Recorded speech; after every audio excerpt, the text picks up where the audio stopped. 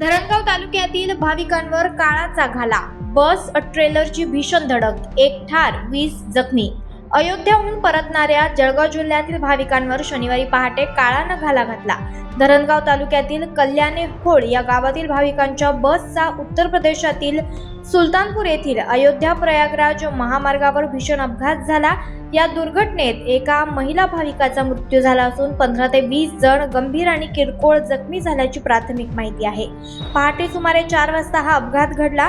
मिळालेल्या माहितीनुसार कल्याणे होळ येथील अंदाजे 40 भाविक रामलल्लाचे दर्शन घेतल्यानंतर बसनं प्रयागराजकडे रवाना झाले होते. सुलतानपूरच्या कुरेभर चौकाजवळ पोहोचता समोरून येणाऱ्या अनियंत्रित ट्रेलरनं बसला जोरदार धडक दिली. धडक इतकी भीषण होती की बस आणि ट्रेलर दोन्हीही उलटलेल्या बसमध्ये अडकलेल्या प्रवाशांना बाहेर काढण्यासाठी स्थानिक नागरिक आणि रस्त्यावरून जाणारे प्रवासी तत्काळ मदतीला धावले. जखमींना तातडीनं कुरेभर सामुदायिक आरोग्य केंद्रात हलवण्यात आलं असून काहींची प्रकृती चिंताजनक असल्याचं समजतंय.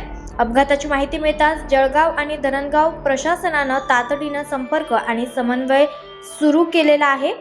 अपघाताची माहिती मिळताच जळगाव आणि धरणगाव प्रशासनानं तातडीनं संपर्क आणि समन्वय सुरू केला आहे. फिरायला गेलेल्या सर्व भाविकांशी संपर्क साधण्याचे प्रयत्न सुरू असून स्थानिक प्रशासनाशी सातत्यानं संवाद केला जात आहे.